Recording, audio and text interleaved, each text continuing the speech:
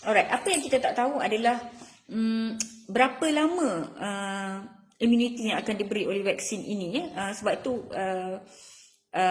trial data masih di-collect oleh company itu sendiri. Setelah divaksin, berapa lama immunity itu tahan dalam badan seseorang itu, setahun, 2 tahun, 5 tahun. Perlukah kita ambil vaksin ini repetitively macam vaksin influenza yang perlu diambil hampir 2 hingga 3 tahun sekali, ataupun kadang-kadang dekat winter country every year, ataupun adakah dia mempunyai lifelong immunity macam bila dapat demam campak, chickenpox sekali dapat terus hilang. So, kita tak tahu. Dari segi jangkitan COVID-19 sebenarnya ada data yang menunjukkan beberapa orang pernah dapat jangkitan itu lebih daripada satu kali, cuma tak ramai. Jadi saintis dan pihak farmaceutical masih tengah go around untuk tahu bahawa berapa lama immunity yang boleh diberi oleh vaksin ini. Okey, beberapa soalan lazim mengenai vaksin Comirnaty saya dapatkan daripada website NPRA juga. Okey, ia diluluskan di bawah apa yang dia panggil pihak berkuasa kawalan darah.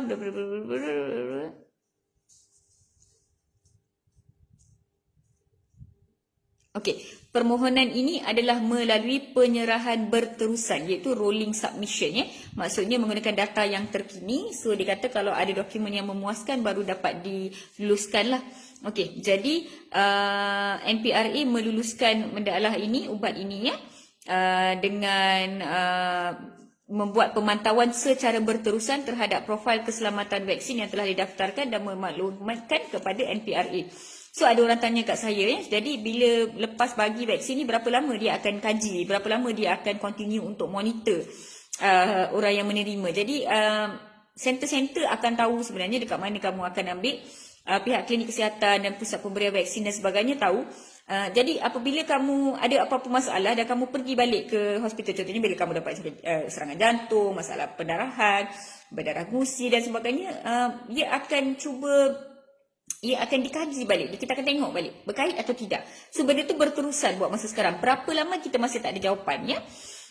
Tempoh sah pendaftaran bersyarat ini lebih kurang untuk selama 1 tahun. Okey, pendaftaran ini okey. Mengapakah vaksin Comirnaty diberikan pendaftaran bersyarat? Okey, sebab ia masih kajian klinikal vaksin Comirnaty masih sedang berlangsung lah, dia masih continue Apa yang masih continue macam yang saya cakap tadi, dia punya tahap immunity tu, berapa lama immunity tu tahan dalam badan kita. Dia masih tak diberitahu Dan satu lagi yang saya beritahu tadi, macam bila dia orang mula-mula bagi kat USA tu, baru dia orang perasan bahawa rupanya severe allergic reaction tak boleh ambil.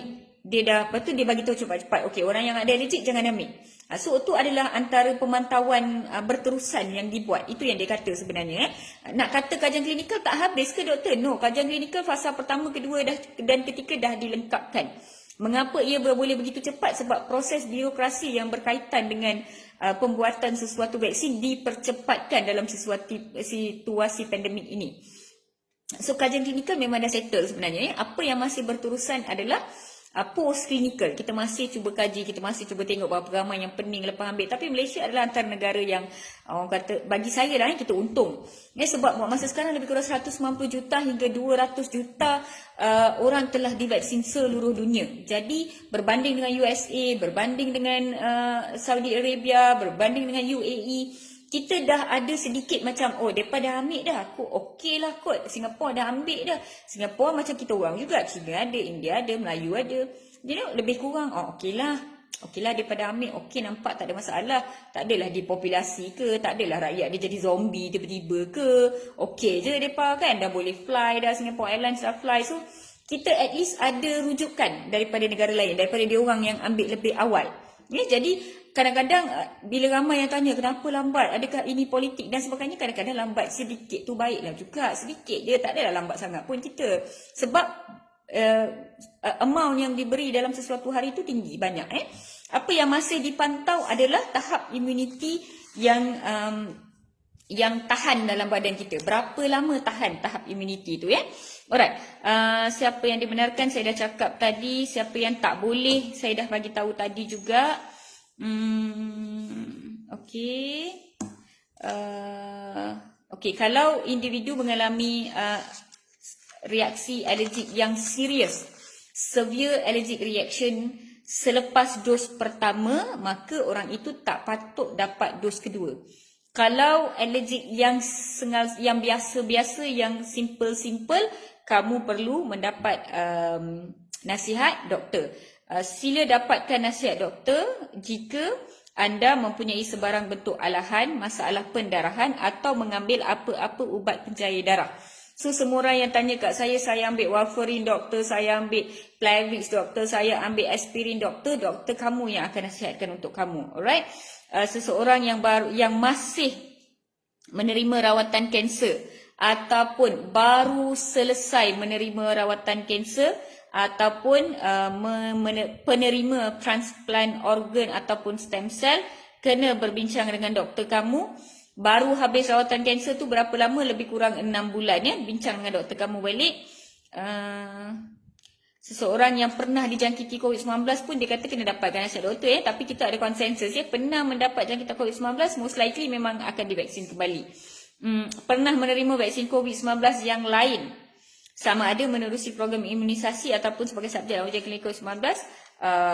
Ini saya rasa kat Malaysia tak adalah ni sangat kecuali yang 3,000 sukarelawan untuk vaksin China tu.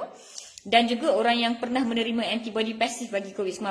Ini kamu kena berbincang dengan doktor kamu, dia kata. Alright. Okey, dia kata kena cucuk kat tangan, jangan cucuk kat tempat lain. Okey, sejauh manakah keberkesanan vaksin Comirnaty dalam mencegah jangkitan COVID-19? Berdasarkan data ujian klinikal fasa ketiga, vaksin ini menunjukkan 95% keberkesanan dalam mencegah jangkitan COVID-19 bagi yang bergejala apabila diberikan dalam 2 dos lengkap selang masa 21 hari. Apa maksud dia ya? Vaksin ini mencegah jangkitan COVID-19 yang bergejala. Bagi yang bergejala. Maksudnya, kalau korang tanya lepas ambil vaksin ni boleh tak saya buka mask? Sabar dulu. Kita kena dapat herd immunity dulu. Sebab slowly bila dah tak ramai orang kena jangkitan, bila jangkitan ni dah tak serius, bila dah tak ramai orang masuk ICU, slowly kita akan dapat herd immunity, slowly kita boleh buka mask. Kerajaan akan bagi tahu. Tapi hampa kenalah ambil vaksin dulu. Kalau orang yang Ahmad kata nak tunggu orang lain ambil dulu, Ali kata nak tunggu orang lain ambil dulu, Acong kata nak tunggu orang lain ambil dulu, Alicia kata nak tunggu. Dah sampai bila dia nak ambil? Semua orang nak tunggu orang lain ambil dulu. Dah 190 juta orang dah ambil dalam dunia ni, korang nak tunggu siapa ambil lagi? Macam gitu. Okey, berapa lamakah kesan perlindungan yang diberi oleh vaksin Comirnaty? Sama juga memandangkan ujian klinikal fasa 3 masih berjalan ni. Maksudnya yang untuk 1 tahun yang akan datang nak baca antibody level tu, masih belum ada data yang mengesahkan tempoh perlindungan yang akan diberi oleh vaksin Comirnaty. Maklumat ini akan dimaklumkan selepas data diperoleh kelak. Okey. Bolehkah seseorang yang telah dijangkiti COVID-19 menerima vaksin Comirnaty? Berdasarkan data ujian klinikal, vaksin ini adalah selamat untuk diberikan ke atas kumpulan yang pernah dijangkiti COVID-19. Memandangkan kumpulan yang pernah dijangkiti COVID-19 masih berisiko untuk dijangkiti semula, vaksin ini boleh diberikan kepada mereka. Tapi dia dah bagi disclaimer sebelum tu, tolong bincang balik dengan doktor yang merawat. Okey. Kesan sampingan saya dah cakap. Okey, apa langkah-langkah yang patut saya ambil jika telah mengambil vaksin ini? Langkah pencegahan seperti biasa, 3W, wash, wear, warm dan sebagainya lah. Basically insert ni kata walaupun dah ambil vaksin, kamu masih perlu mengamalkan SOP. Tapi saya percaya apabila vaksin ini diambil, apabila kita dapat mencapai herd immunity yang sesuai, kita boleh kembali kepada norma lama kita secara beransur-ansur. Bukannya vaksin je terus cabut terus buang, no. Beransur-ansur apabila penggunaan katil hospital berkurangan, penggunaan ICU berkurangan, COVID-19 ini menjadi jangkitan yang biasa, jangkitan selsema yang biasa. Sebab dah mostly orang yang vaccinated kan, jadi bila dia dapat pun dia dapat selsema biasa, tak sampai jadi pneumonia, tak sampai sesak nafas, tak ada sampai masuk tiub pernafasan. Jadi bila dia jadi jangkitan yang simple, maka kerajaan dan pihak kementerian pun akan cakap okey, sekarang dah okey, kita boleh kembali kepada normal. Jadi 1-2 orang ataupun tak ramai yang saya jangkakan, tak adalah macam langsung tak ada jangkitan, cuma jadi serius tu akan jadi kurang. Dan kadar kebolehjangkitan kalau sebelum ni seorang positif dalam keluarga tu habis 5 orang positif. Mungkin lepas ambil vaksin kadar kebolehjangkitan tu menjadi lebih rendah. Ini adalah pemahaman kita terhadap imunologi, terhadap vaksin, terhadap penyakit berjangkit. Ini adalah pemahaman kami terhadap sesuatu itu. Macam orang yang pernah ambil vaksin chickenpox, dia boleh correlate. Sebab chickenpox ni benda yang macam separuh orang vaksin, separuh orang tak vaksin. So anak saya bila ada orang chickenpox, ada sepupu yang chickenpox tu, saya relax je. Sebab saya tahu anak saya dah vaccinated dengan chickenpox. So memang saya tak perlu risau, saya tak perlu EL, saya tak perlu buat apa-apa. Sebab dia orang dah vaccinated dah terhadap chickenpox. Macam tu lah, dia akan jadi macam tu. Kalau dia dapat pun mungkin anak saya dapat demam sikit ke apa ke, saya pun tak perasan. Tapi yang penting dia tak pernah dapat. Alright? So itu sahaja saya nak berhenti.